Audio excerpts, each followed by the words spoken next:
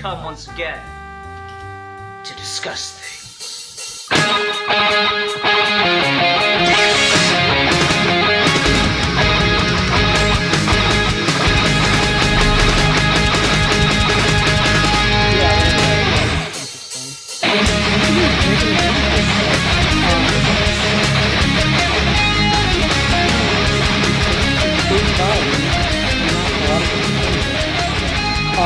Anyway, Steve's got to wake up at 4 o'clock in the morning, so let's go ahead and just get right into it. Hi everyone, welcome to another episode of Geeky Gentlemen. I am Sid Pardue. Joining me today is Steve Baxey and a surprise guest, Alex, the superhero enthusiast, because apparently he just gets to come on the show whenever we talk about a bad movie. It would seem.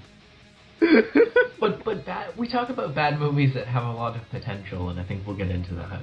Oh yeah, definitely. Right. So this week we're talking about the Jonah Hex film from 2010, the live-action movie that just nothing but potential, completely squandered. And it's weird because I've never been like a huge Jonah Hex fan or anything until New 52 when I started reading All-Star Western. I'm like, God, this is one of the best books DC was putting out. And because motherfuckers didn't buy it, it got canceled at 33 amazing issues. Minus one issue for the Superman issue and maybe another issue for the Night of Owls crossover.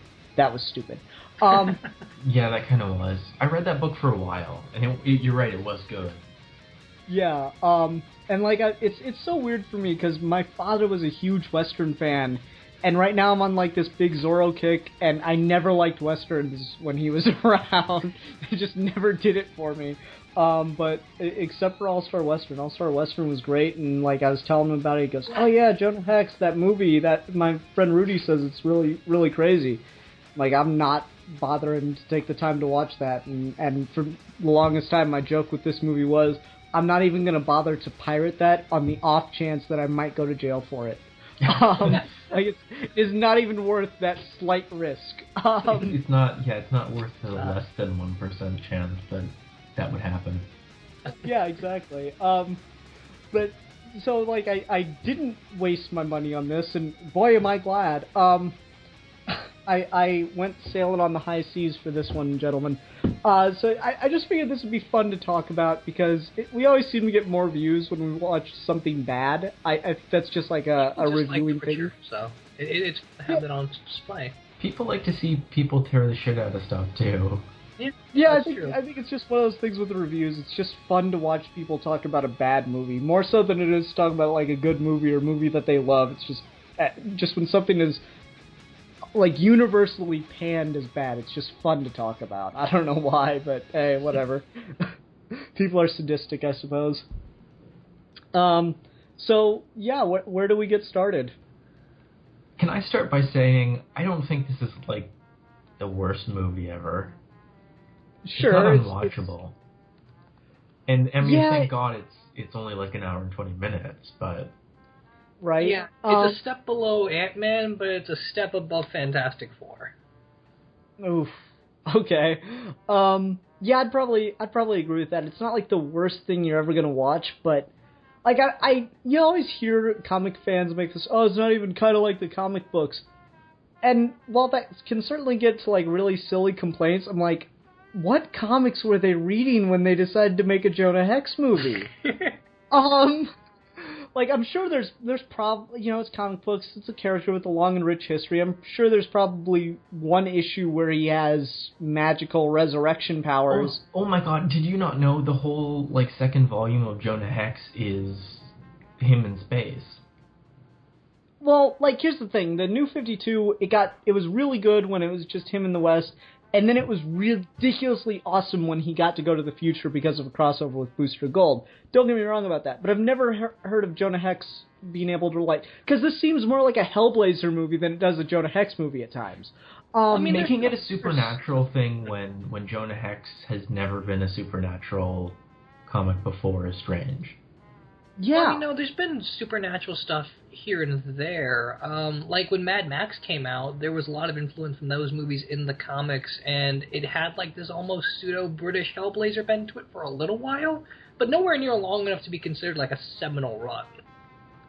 Yeah, like I've never associated Jonah Hex with like, the occult in any way, shape, or form. And like, it's so weird because that's a big part of this movie, but only from his side. So that's like, it's really weird when you have that occult thing injected into a movie like this, but you don't have a similar thing going on with the villain, you know? That's a good point, because, like, okay, this is a comic book, this is a DC thing. They kind of wanted to take this in this weird, schlocky, and kind of steampunky sort of retro world.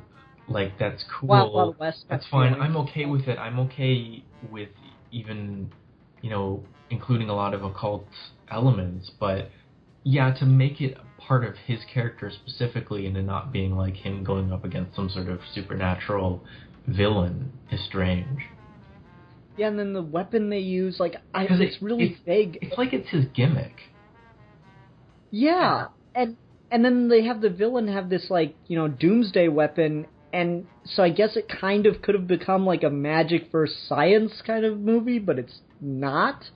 Like, it's never actually about the science, and it's never about the magic. Like, he's got weird supernatural powers, but that doesn't seem to matter in any shape or form. Like, he could just go around with a gun and it wouldn't matter. Yeah, I mean, it definitely helps inform the plot and stuff, and it helps drive things. Particularly like a character level, it doesn't really do anything for the guy. Yeah, for the plot, it doesn't do it. It only works for the plot. It doesn't have much to do with his character, because, like, he really doesn't focus on it. It's one of the things I love about Jonah Hex in the comics is just, and even in the show, like, there's that episode of Justice League where they go back to the Old West and they have to deal with all the, you know, time crisis stuff. And one of the cowboys goes, "Man, I want me one of them laser guns." Jonah Hex is just like, "They jam." Which is just a fantastic line, and that really does capture that guy. It's just, he is such a no fucks given kind of character, no matter how crazy the shit he's involved with is. And so, like, I kind of guess I'm okay with him, like, yeah, I can bring people back from the dead temporarily. It's whatever. Like, that's okay for him, but it's just, it's so weird that it's put into the movie and it doesn't really affect him as a character that much. Because I really like the idea of, you know, him, when he talks to Jeffrey Dean Morgan, the son of John Malkovich. Mm-hmm. I thought that could have been a really powerful scene. That was it was great as far as, like, how parts of it were realized. Because I liked, you know, how he kept touching him, and then, like, when he didn't touch him, he'd go back to being, like, a dead guy. I thought that was clever and cool, but yeah, it's never really, like, integrated in any kind of way that improves Jonah Hex's character, because at the end of the movie, like, they make a point of saying he still doesn't like to be told what to do, which is why he fought for the Confederacy in the first place. Yeah, they really try their best to make that not a problem in the modern context for the character.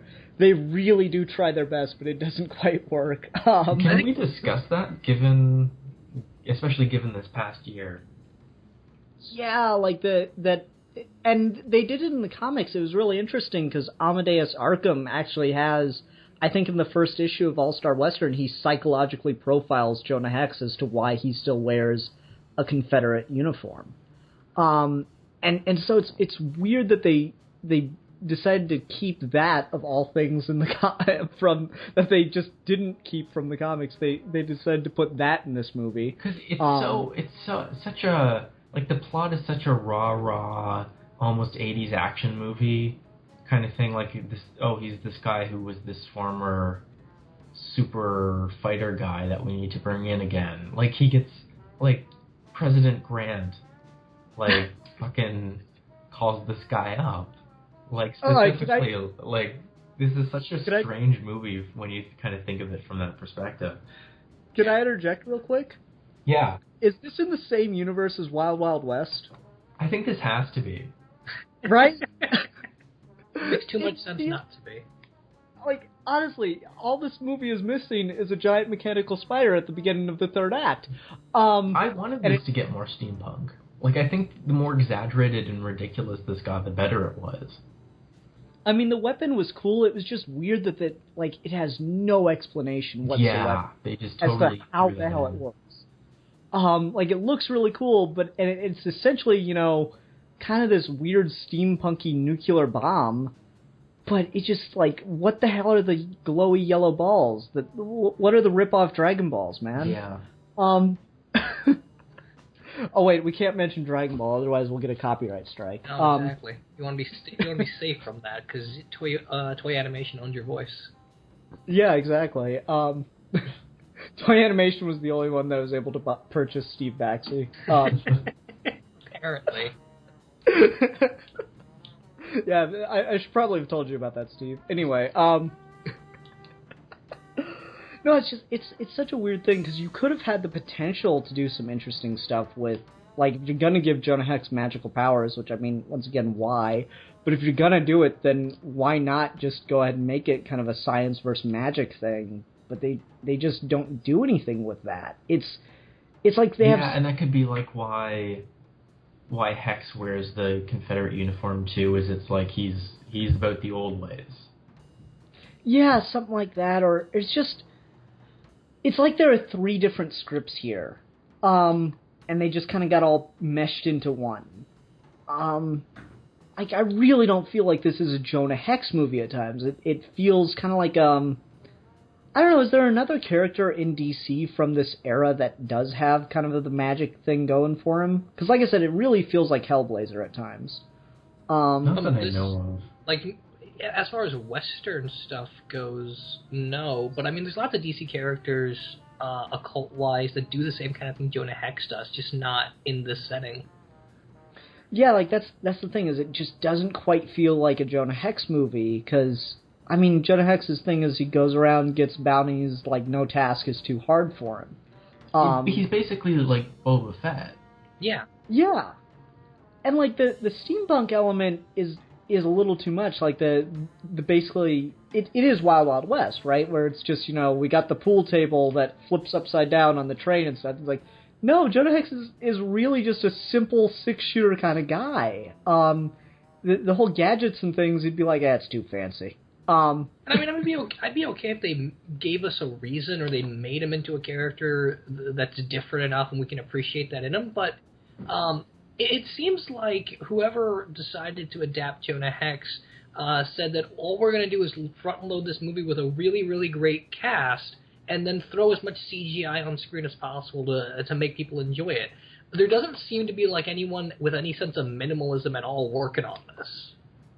Well, like, I disagree about the cast. Besides Josh Brolin as Hex, and, I mean, I think Michael Fassbender was essentially wasted. Well, I mean, everyone's wasted, but I mean, you're putting a movie together and you hire Michael Fassbender, Jeffrey D. Morgan, Michael Shannon, Will Arnett, John Malkovich, and Josh Brolin. You've got a really strong cast. You just haven't used it. Will Arnett is so out of place. He is. Wes Bentley's in this movie, and he's awful. Like, I saw Will Arnett, and, like, that is not the guy to hire for your, like, serious asshole character at all. No. He's not. I see Joe Bluth. Yeah, it's just, all I can see is just, like, you know, what was the character he played on 30 Rock? I cannot remember his name, but he's such, like, a just joke clown kind of character. He just doesn't work for that, you know, I'm the serious one, blah, blah, blah, blah, blah. Well, part of how he does his comedy is sort of the low voice deadpan kind of a thing. So it's like he uses that same voice to do dramatic stuff, and so it still sounds comedic to me. Yeah, he's out of place, and Megan Fox just her performance is even worse than it is in the Transformers movies. Wait, there was a performance? What gets me about it... danced around the whole movie. What gets me about it is, like, they totally sold the trailers on her. Like, I gotta admit, I am relieved at how little she is in this movie. That's a good point. Yeah. Yeah, but, like, they really pushed her in the trailers. Like, the way the trailers sold this movie is, like, she was gonna be in, like, she was 90%. His sidekick. Yeah, you get that, like, Robin feeling from her in the trailers, and she's only in it for a couple scenes, and she's almost completely useless. Yeah, she becomes like, the damsel in distress at the end that he rescues. Yeah, and, like, they build her up like she's the one that doesn't need rescuing and stuff, and I think it's funny that, like, the only way in which she actually helps, besides getting him out of handcuffs, which, I mean, anything could have done that, the only way she actually helps is by accidentally dropping the machete. Yeah. Or not machete, the hatchet. That's one of those weird things. I'm just like, God, what is she doing here? And it's weird because they try to set up a romance for them, and it's just like, there's way too much age difference, and I just can't buy it. Because you read the New 52 comics, and the woman that Jonah Hex is with... Yeah, Tallulah's older. She's, like, more his age. She's a woman, and she's got, like, scars all over her body and stuff, too. It's just, that's the kind of person Jonah Hex would be with, not, some random... Like, Megan Fox, I don't know how old she really is, but she looks way too young for this. I don't know. There's so much wrong with this and so much potential. That is the biggest problem we said right off the bat, is just everything could have, so much of this could have worked, and Josh Brolin is almost the perfect actor to pick. What was the name of the guy that did True Grit? I'm trying to remember. In the Coen Brothers remake of True Grit. Jeff Bridges, you mean? Jeff Bridges, there we go. Yeah, he's about the only other one I could have picked. Thomas Jane. Yeah, Tom Jane wanted to play the role. And he did it in the DC showcase. He did the voice for Jonah Hex there, and he was awesome. Okay. Yeah, I could see that, too. He kind of looks like him. Well, I mean, anyone with... Like, all you have to do is get the makeup right, and they did a pretty good job on... I'm not sure if they blended CG and makeup, but whatever they did, it ended up looking really good. Yeah, I'll give it that. He kind of mumbled a lot. Yeah. Like, I might have gone the more subtractive CGI route with it. Yeah, you could have done what they did with Harvey Dent and Two-Face and Dark Knight. Yeah, that's what I'm thinking of. But at the same time, like, every time I see Jonah Hex, like, in animation, and when I read him, like, I always do kind of read him with a bit of a grumble, mumble kind of voice, because that's just what he would sound like with that face anyway. So, I don't know, I kind of enjoy the more practical approach to it. I feel like Jonah Hex is the kind of guy that he doesn't speak very often and he grumbles, but when he speaks, people definitely listen. Like, he's got at least a bit of, like, a booming presence when he's around. And Josh Brolin has that, but it seems like they didn't use it that way in the movie. Like, he just felt like another random lost cowboy thrown into every set. Yeah, and it doesn't help the kind of locations that they pick for this, because, Jonah Hex, it's a Western character, and he's in the West for, like, 2 scenes. The rest of the time, he's riding around through, the South, and it just feels out of place. Because, like, you get that feeling that after the Civil War, he never went back to the South in the comics a lot. Like, he just left that part of the world behind him. Kind of that Chinatown feeling, I guess. Or maybe Chinatown's just in my head, but that's the impression I got from him in the comics a lot, is that he doesn't go down south unless he absolutely has to. Yeah.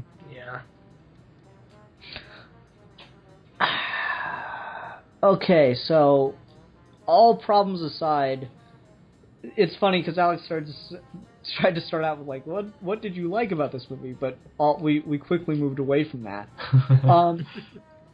What did you like about this movie? Let's go each say a nice positive thing. Steve.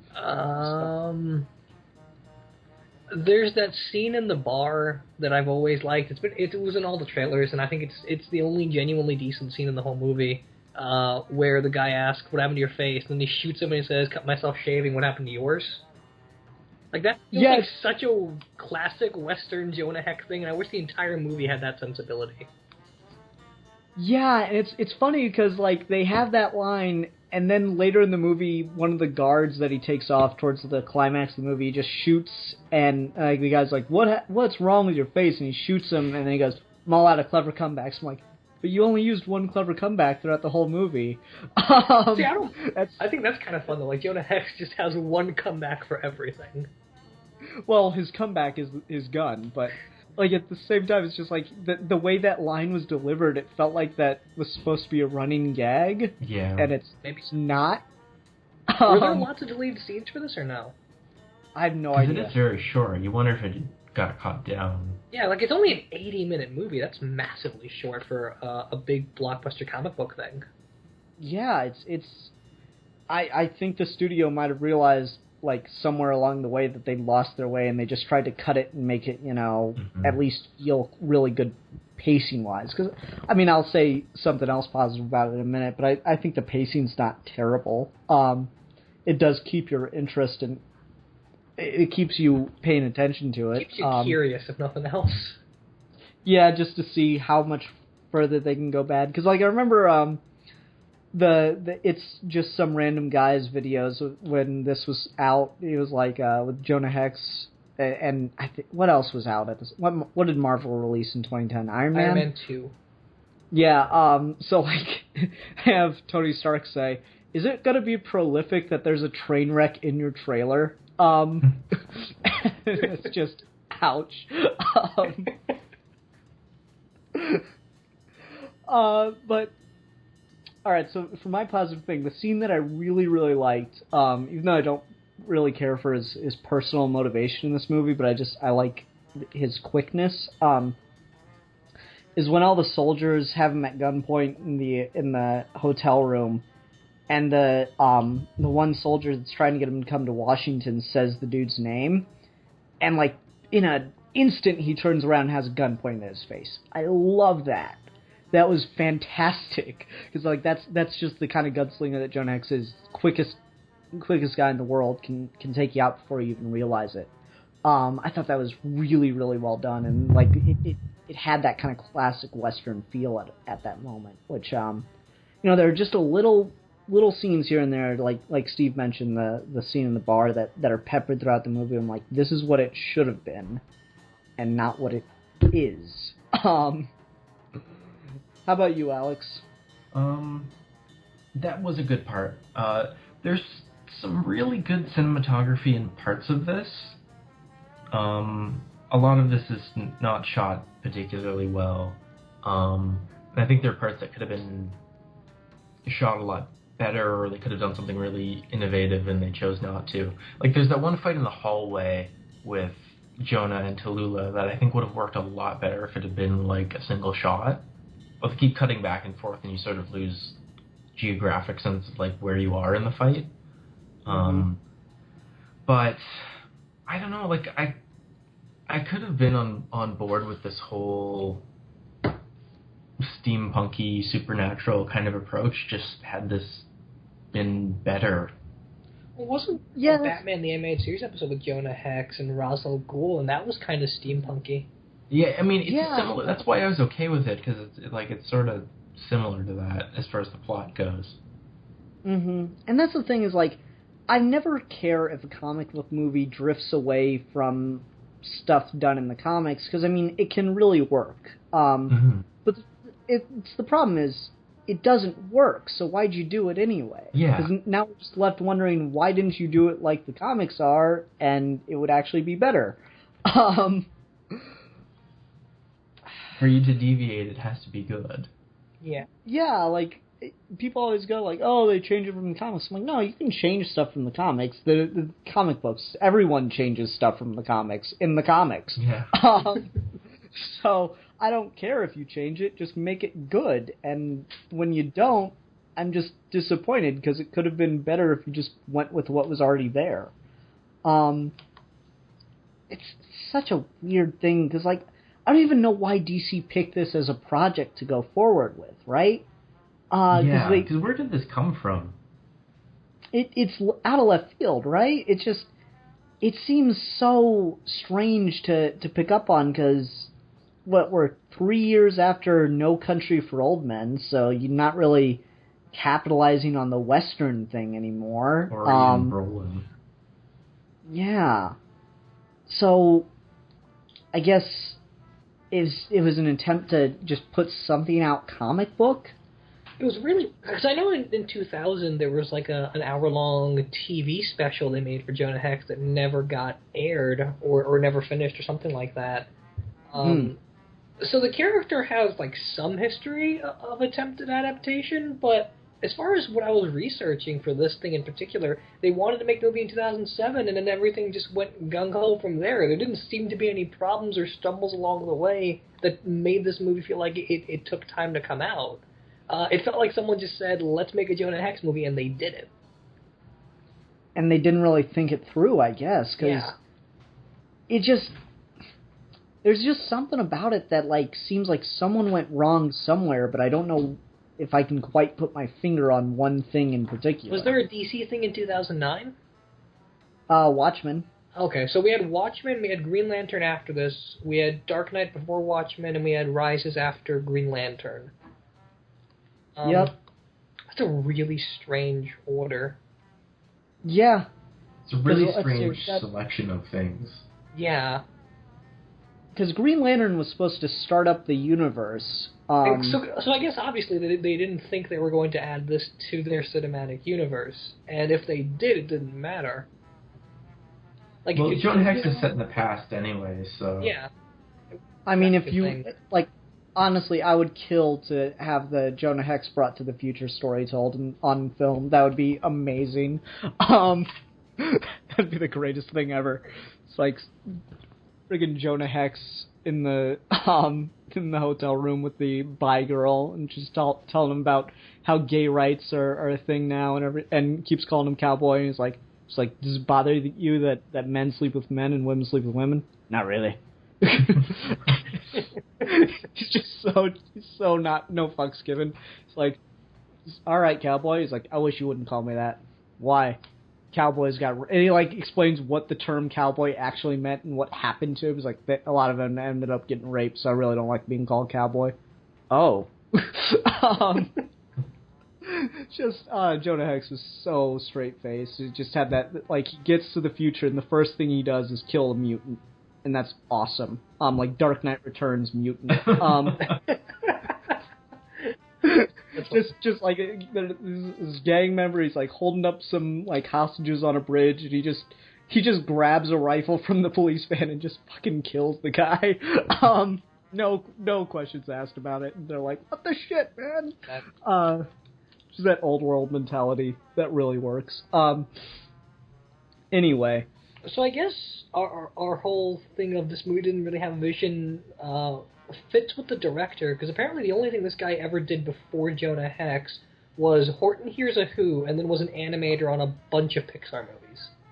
And then right after this he did Freebirds, which was another animated movie. So clearly they weren't thinking through with their choice of director either. Well, the people who wrote this are people I've never heard of either. Yeah. And I mean, like, the foundation of all the problems in this are the script. Well, like, I think the no direction thing is the problem, because it's like no one... It feels like no one really wanted to be doing this, you know? Yeah, there was no, like, single creative vision for what this project was supposed to be. Yeah, it's just like, oh, we'll just make kind of a steampunky Western thing that feels like Wild Wild West. Yeah, people like steampunk. Yeah, but... Don't put that in the movie. They don't go far enough with the steampunk, because it's not like... It just kind of pops up every so often, and that's what makes it feel out of place. Because otherwise, you know, ignore the supernatural thing, ignore the steampunk, otherwise you got a fairly realistic portrayal, I suppose.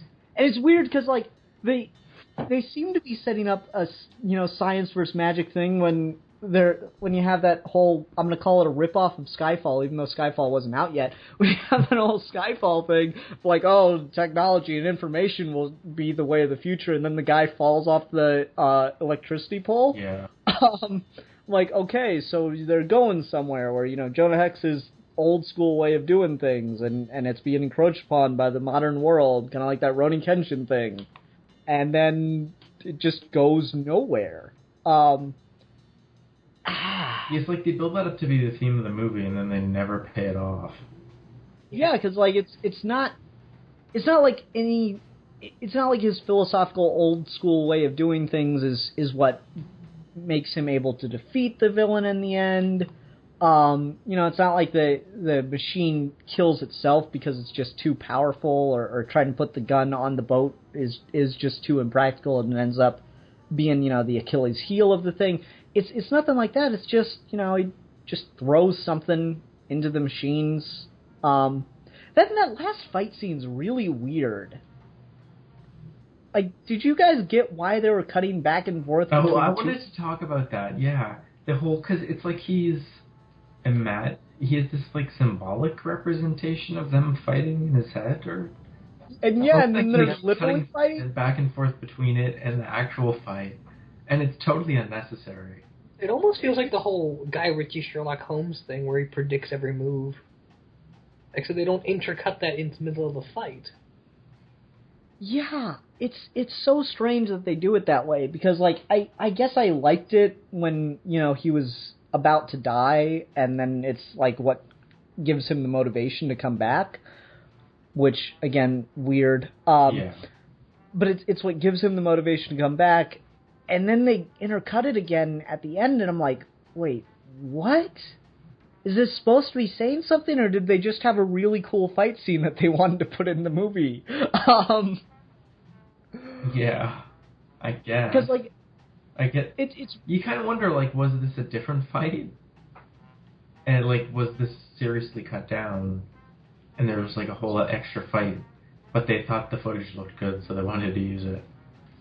I don't know. I'm starting to lean more towards that theory, because it feels like there's so many awkward cuts, not only in the action scenes, but even, like, random story build-up and lead-up.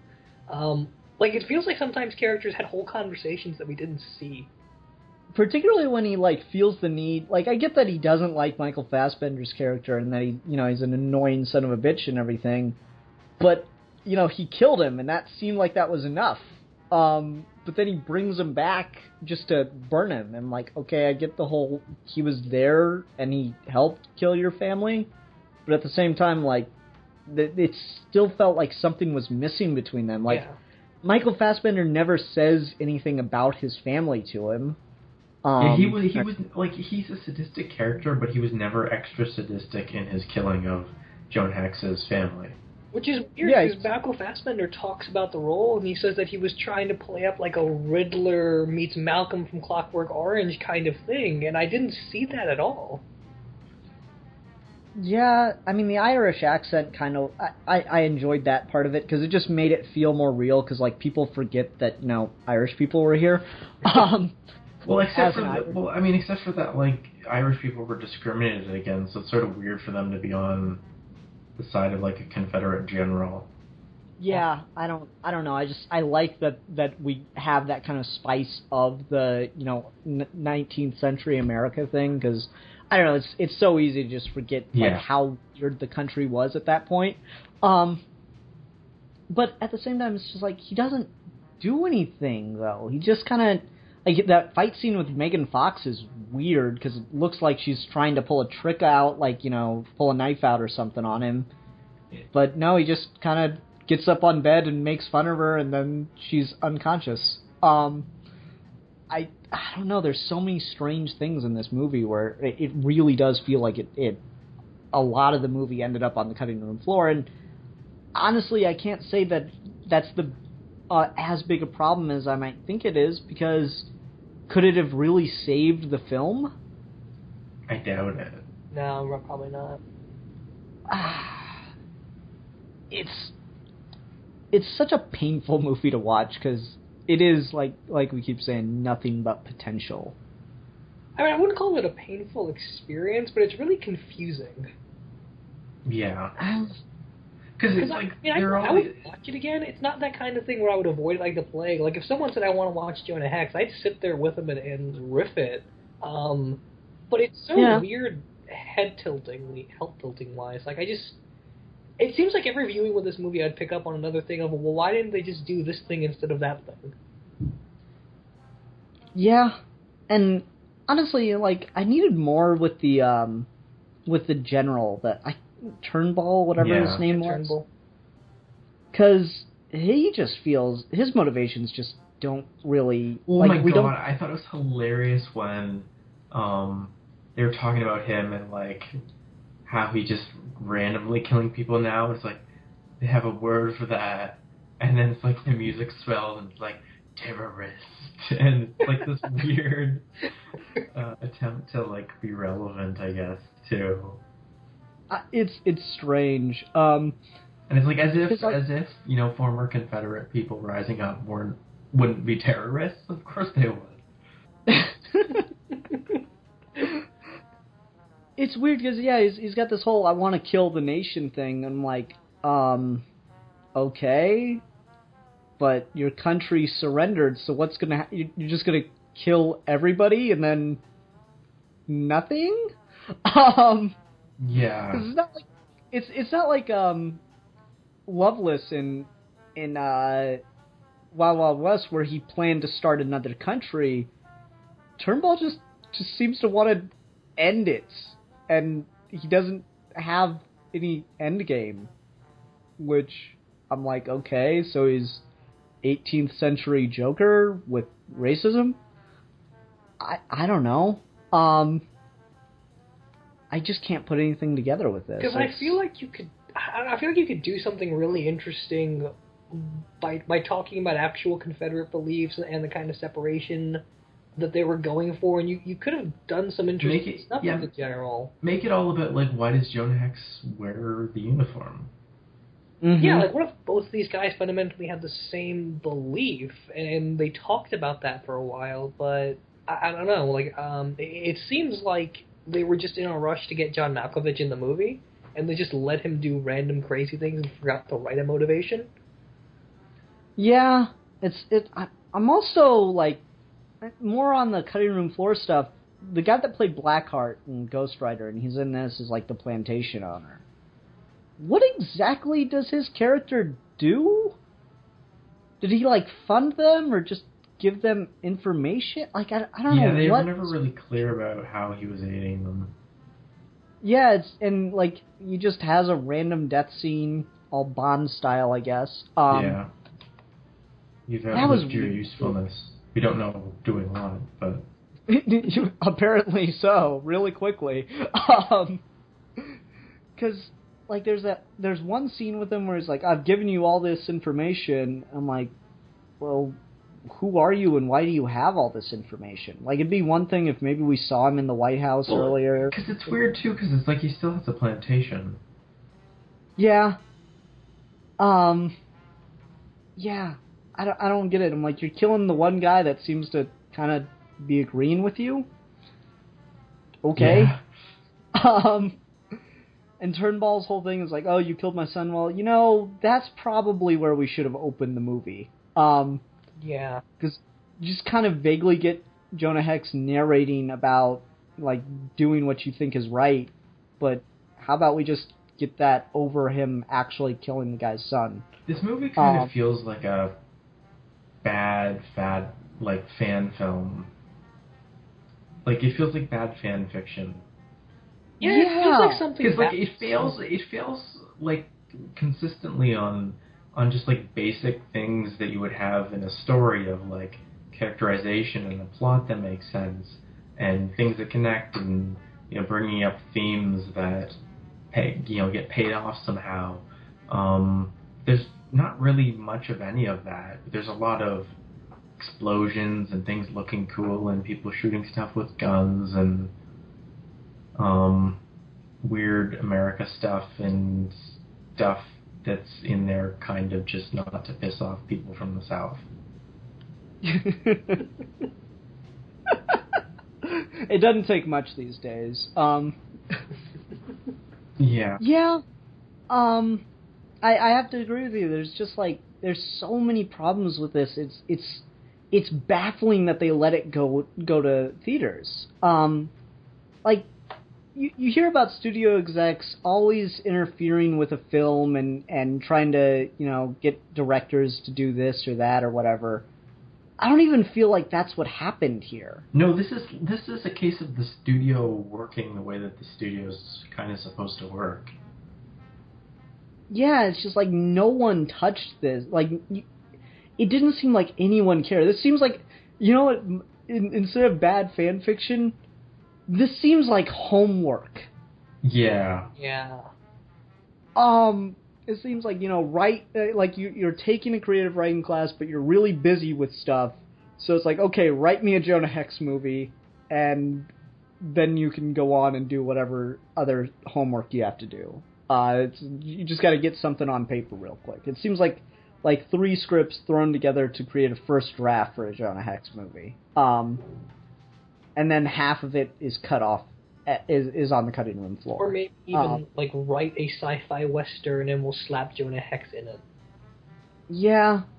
Sci-fi magical western. Because, it's one of those things where I remember having a conversation with Deadpoolzilla quite a while ago, where I was like, why don't we see more magic and science on screen at the same time and not make a big deal out of it?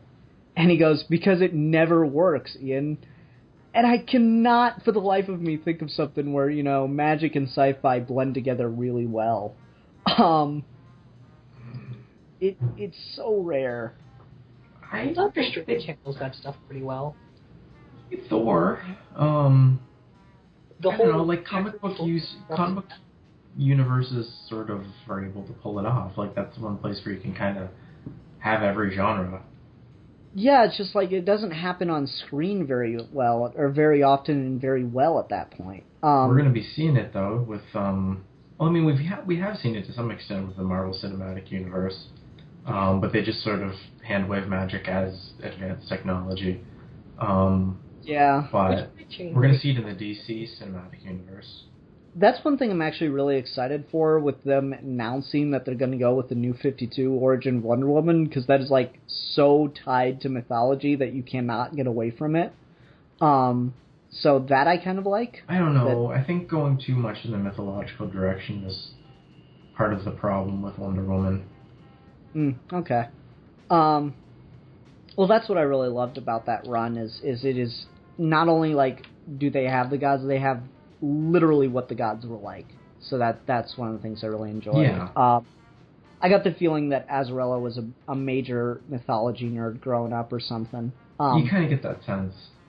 Because he gets it on, dead on, and even, the Firstborn is kind of alluded to in an old Greek myth, which is kind of neat. It's a run I have mixed feelings about. Yeah, that's fair. But anyway, let's keep talking about Jonah Hex, because I don't know. I guess I secretly hate you both. Well, thanks, Ian.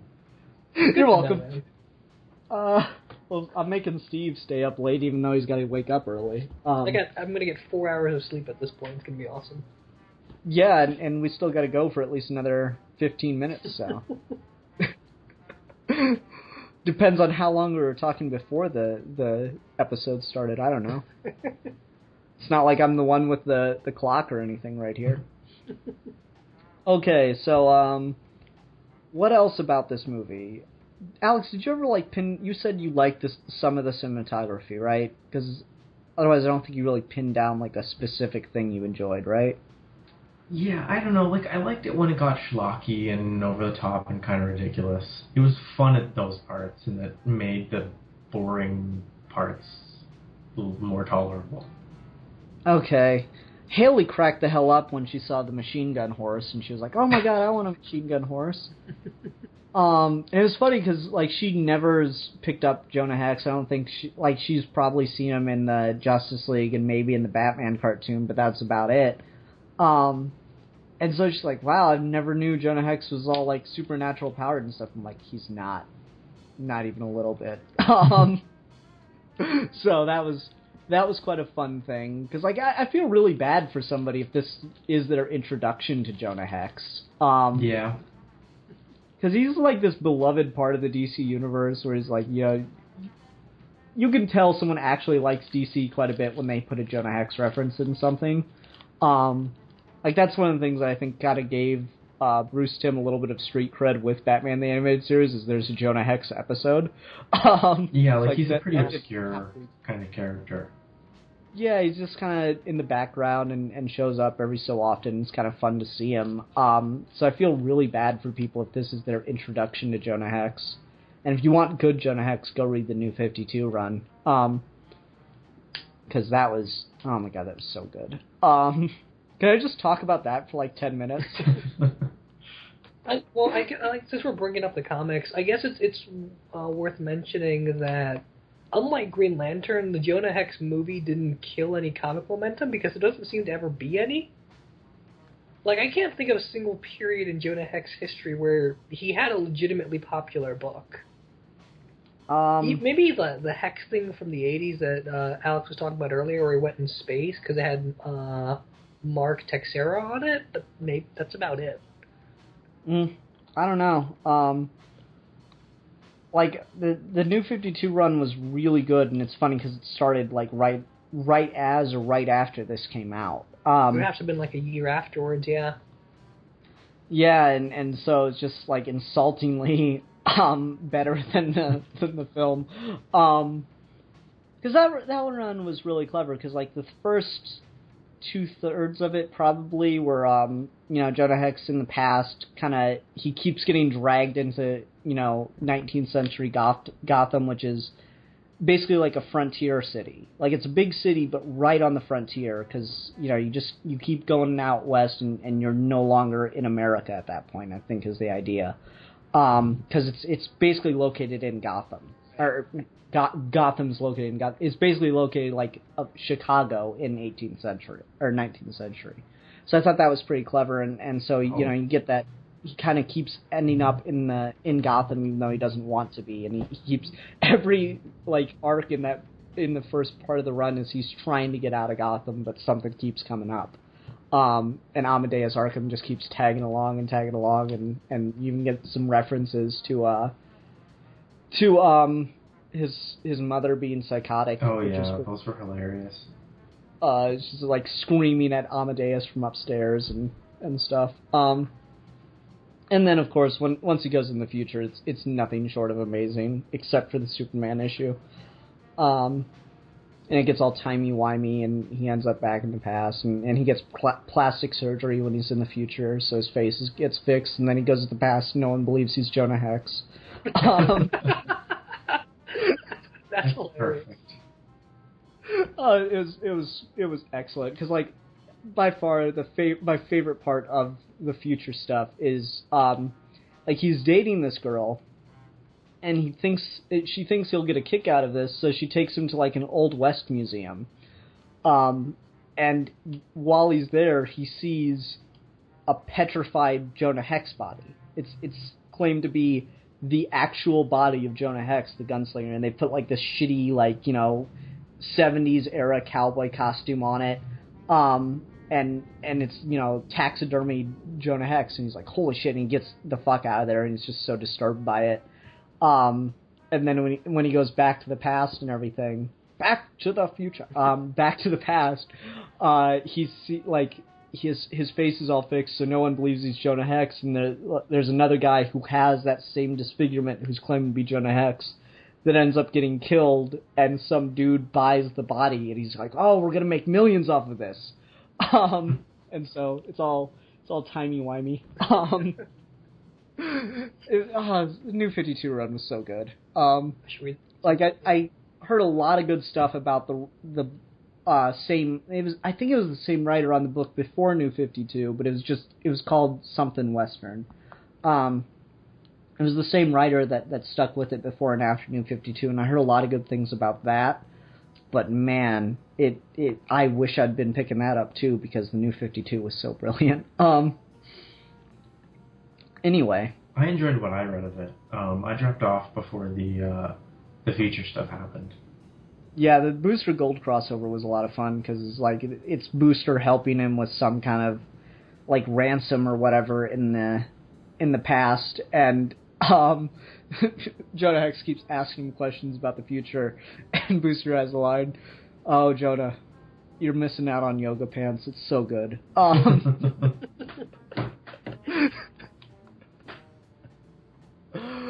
Anyway, maybe that's something that could have made this a lot more fun, is if you just had more of a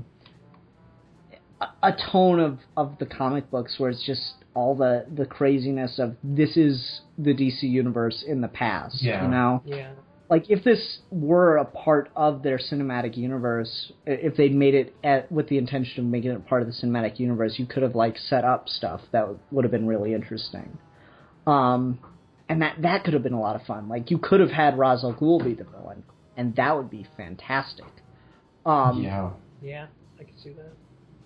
Even though I have to agree that character's been overused the last couple of years. So no one knew who he was before 2005. Then after 2000.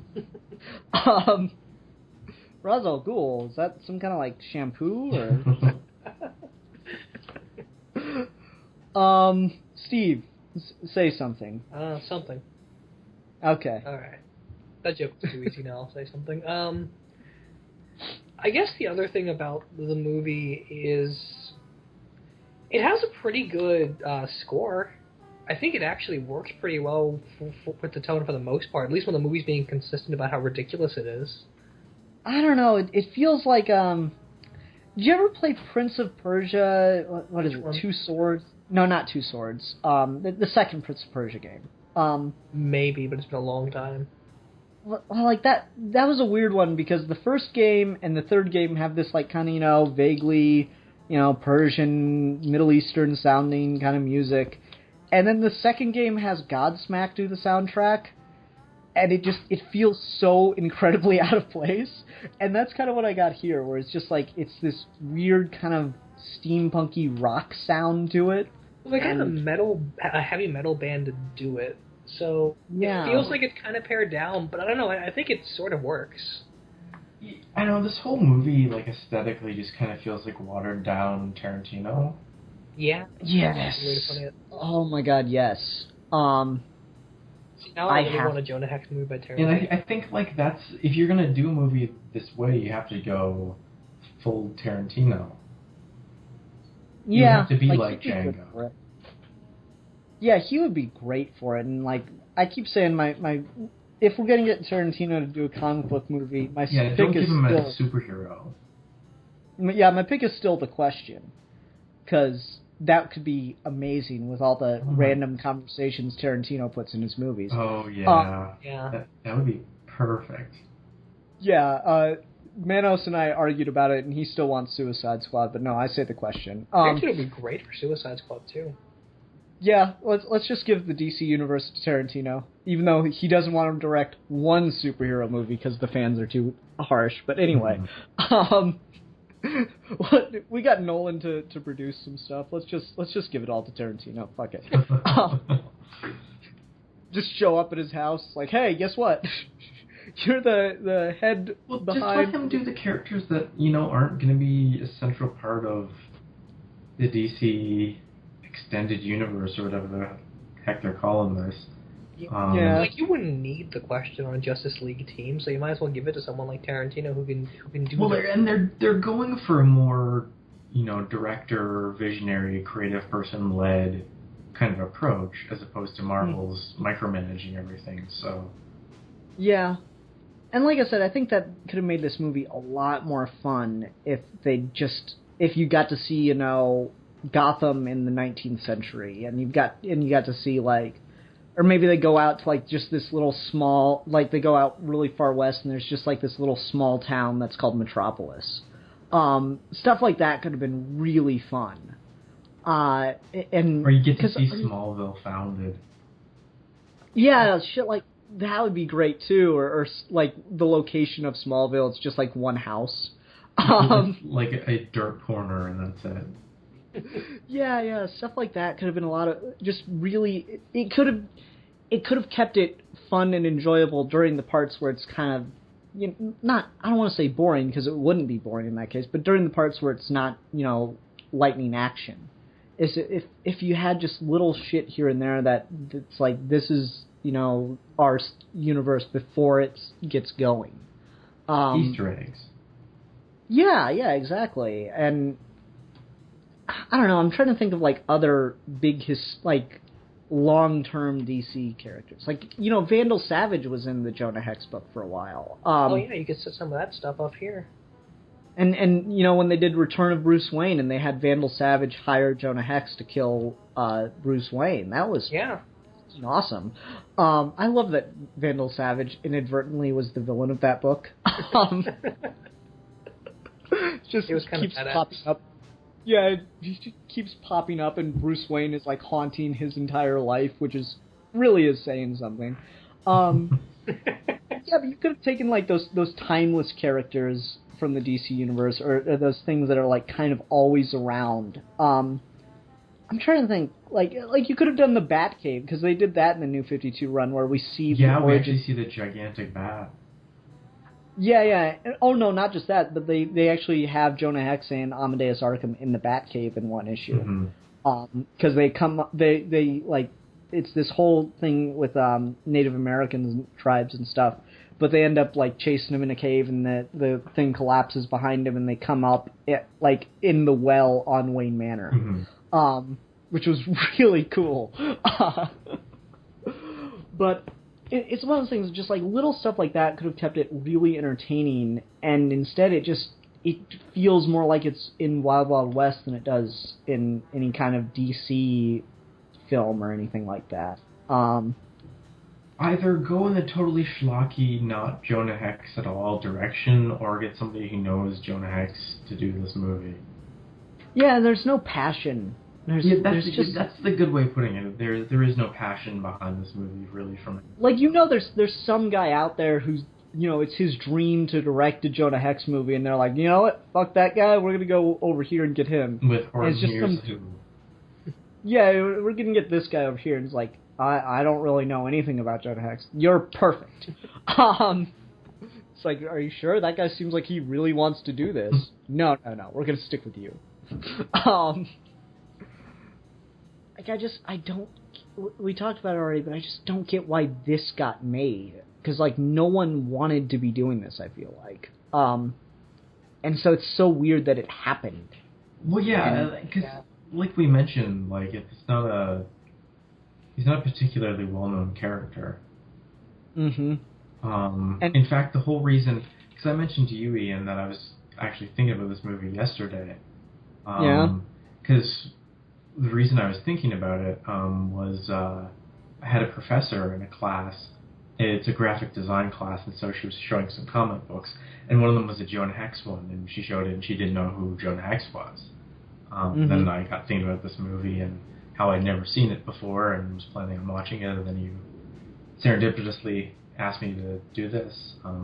Right? Yeah, right. So I had the excuse anyway. Yeah, and I just... Next time we review a bad movie, I'll get a hold of you, Alex. I'm always ready. Yeah. Like, it's funny, you did Taxi Driver, and then after it's all downhill from there. Yeah, it's just bad things.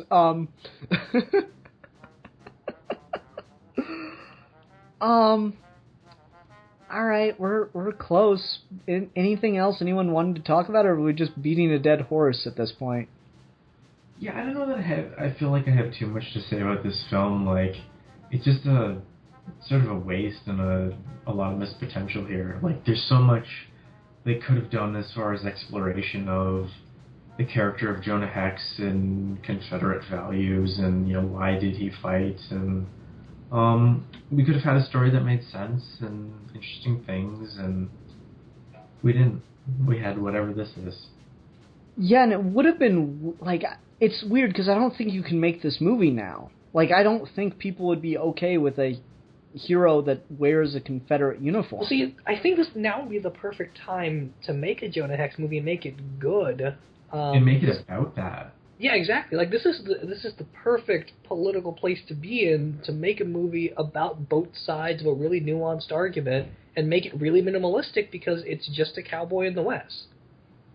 Mm-hmm. And you wouldn't have to do too much with Hex himself, because Hex is kind of like a static character. He doesn't necessarily have to go through an arc. He just has to, at some point, explain himself. And you could have an 80-minute movie where it's just people talking about this kind of stuff. Yeah, and, like, that's why I said I love the Arkham being, his sidekick in the New 52 book, because you had Arkham to analyze everything Jonah Hex was doing, and Jonah Hex is just this, like, straight-faced motherfucker, just like, yeah, I don't really care. He is the kind of character who fits well in a buddy kind of adventure thing.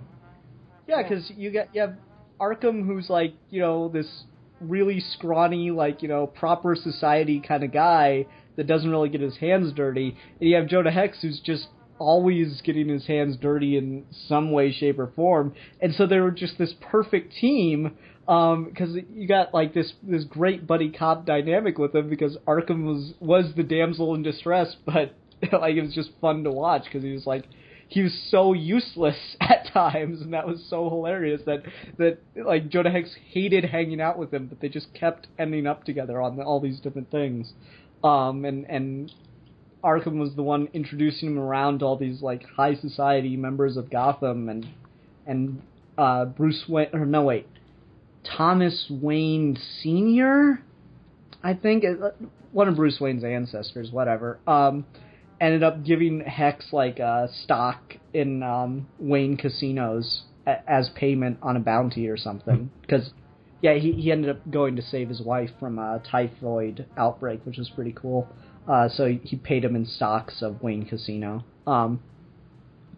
Just little shit like that. Yeah, there's obviously no end to the things that could have made this movie better.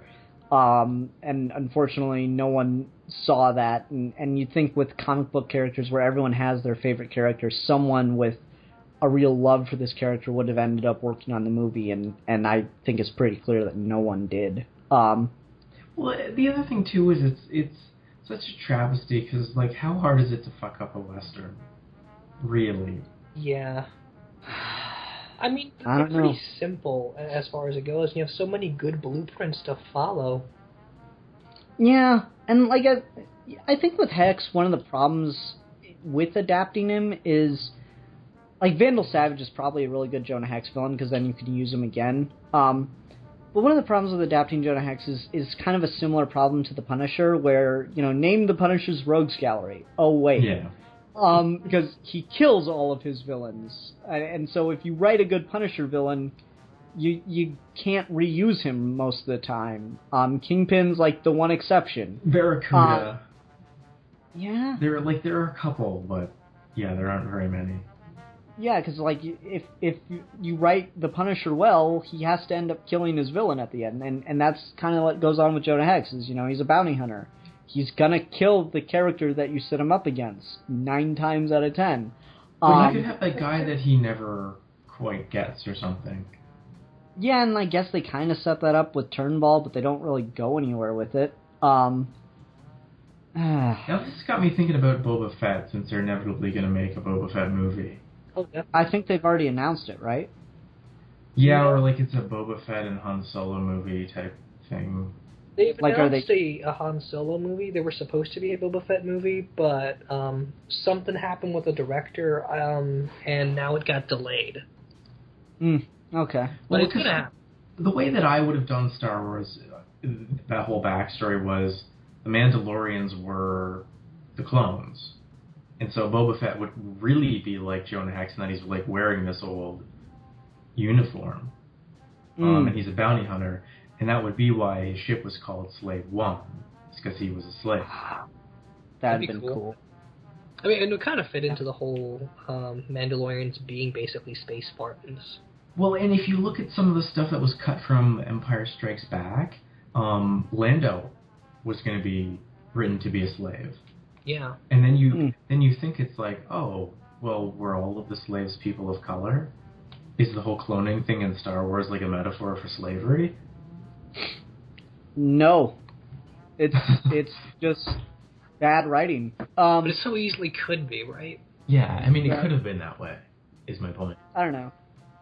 Instead, we get child Boba Fett in Clone Wars, which, I don't know, that's not the worst thing that they could have done with it. I keep hearing some... What? Sorry, go ahead. What was that, Steve? I didn't hear what you said, Steve. I just said they butchered the Mandalorians on Clone Wars. They completely destroyed those characters. Yeah. Oh, shit, I lost my thing. Okay, well, let's go ahead and rate this movie. I'm excited to see where we're all going to end up. But, Steve, why don't you go ahead and start? Because I don't hate it, but I can't exactly give it a good score. I'm gonna say it's a 0.5 out of 5 okay one-liners. How about you, Alex? This is like 1.5 John Malkoviches out of 5 John Malkoviches. But do you get to be John Malkovich? Anyway, You get to be all of them. Oh, good. Alright, so I'm gonna give this, 0.3 repeating, fake-ass Dragon Balls with weird destructive capabilities that are never explained. I still don't understand how the hell that weapon works. I kept Anyway, expecting them to explain that, because it's clearly this Confederate superweapon, and they mention that, and that's about it. and I like that it's invented by Eli Whitney, who, as Uncle Ruckus says, is the greatest hero for the white man. Eli Whitney, the characteristic of good idea, really didn't think that one through. Cotton gin, that way they won't have to pick as much. No, now they have to pick more. Anyway, so that'll do it for this week's episode of Geeky Gentlemen. Shit, whose turn is it next time? Is it Milan's? Who picked this? You? Yeah. Um, I'm an evil son of a bitch. and then didn't Milan pick something right before that? Let's see here. Milan picked Future of Comic Books, so it's yours, Steve. Oh, okay. And so I have to pick a topic. Yes. Well, we ended up talking about it here a little bit. Have you guys done anything about predictions for the Star Wars Expanded Universe or no? Yeah, we did Star Wars Episode 7 and beyond. Oh, okay. So Star Wars isn't the way to go. Let me think of something real quick. Take your time. It's all good. The Jeopardy theme is just so good for critical thinking, because you think you only have 30 seconds to come up with everything in the universe. Right? I was on that show. What? Really? No, in that one video. Oh. Oh, right. I forgot Okay. about that. No, like, you seriously, like, just made us like, what? Seriously? Alex, you were on Jeopardy? And then I started You do to really of good course at he was on that Jeopardy. He was Alex. Yeah. He knows everything. You could probably beat the computer that was on Jeopardy. I doubt that. That computer's pretty smart. I was just kind of shocked that we made a computer that could understand puns. That was the freaky thing to me. Have we ever done anything about film versus digital? Like practical versus digital effects? Not digital effects, but I mean like shooting on film versus shooting digital. That'll be interesting. No, we haven't. Keanu Reeves has a fantastic it's one of the smartest documentaries I've ever seen, called Side by Side, I think it's called, about digital versus film. And he has like some of the biggest directors out there, like David Fincher and Christopher Nolan and Lucas and everybody, go back and forth about digital versus on film. And you don't get an answer by the end, but he does a really clear job of explaining how each technology came about, what the origin of it was, why it works, where it doesn't work. And you're left to make up your own mind by the end, but there's just so much evidence in that one documentary. I saw it recently and it got me thinking, so I guess maybe that could be fun. Yeah, we should be able to get an hour out of that. I think we can scrape by with that. Yeah, I think so. If you haven't seen it, I'd recommend reading the documentary. It's on Netflix. Okay. What's it called? Yeah, It's called Side by Side. Let me just double check on Netflix to make sure that's what it is. Okay. Yeah, sure. I get to watch that. Yeah, that sounds really interesting. Yeah, it's called Side by Side, and it's got pretty much every director you can think of right now. Cool. Hey, Alex, Milan's in film school right now. Oh, nice. And they're shooting for, like, the next 2 months, so he's on, like, I think 9-hour days shooting. So he's not going to be able to make Geeky Gentleman for a month or two. You want to be our fill-in? Sure. My Fridays are free. Sweet. Yay, Alex. Yay. Fun. Means you might get to be here through Horror Movie Month and History Month, possibly. Oh, scary. Yeah. The history even more than the horror. Yeah, I know, right? Because you don't want to make an ass of yourself. Ugh. Let me ask you this question, Alex, while Steve's looking it up. Would you consider Predator to be a horror action franchise? Yeah, I guess so. Okay. Alright, cool. Then I've got a game for Horror Movie Month. I want to try to get to one Geeky Gentleman Let's Play a month. I want to try to do that. I don't know how successful I'll be, because those take a lot of setup. But I want to try to get one Let's Play down a month. You can always pre-record a whole bunch of them like I do. Yeah, only thing is, I like to do a whole game in one sitting, whereas you play, like, part by part. Okay. Well, I mean, I play pretty much like 5-6 hours and then just break it up into parts. Gotcha, okay. Yeah, I like to try to get through one game in a whole sitting, and one sitting get through a whole game. Alex, you ever play Predator Concrete Jungle? Nope. Oh, okay. You wanna join me for that Let's Play? I don't have any kind of video game system. Oh, no. Like, what I'd do is you just would be there commenting on it as me and possibly Bobby play through it, if I can get a hold of Bobby. Okay, sure. Sounds like... Yeah, I'll just set up the laptop so you can kind of see the screen and hopefully it doesn't look too shitty.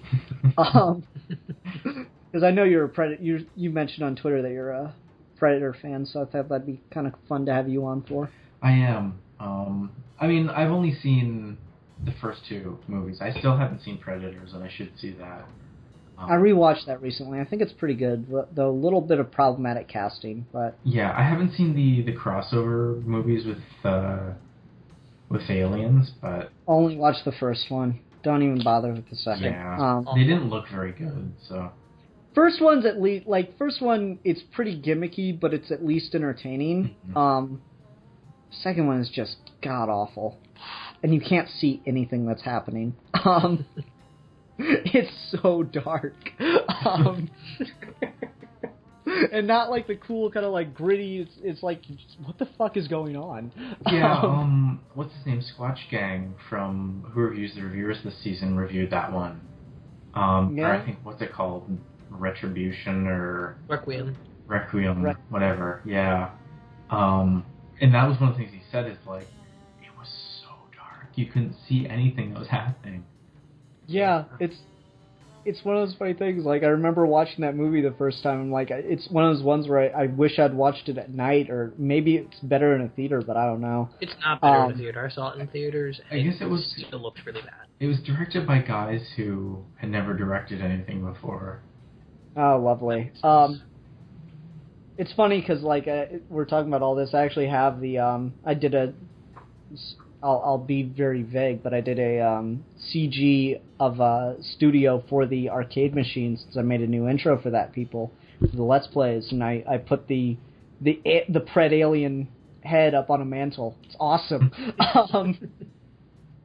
I'm the ultimate hunter in CG land. Anyway, Steve, you find your documentary title yet? Yeah, I already said it was side by side. Oh, okay, I thought you were like looking it up. And I looked it up, but that is what it is.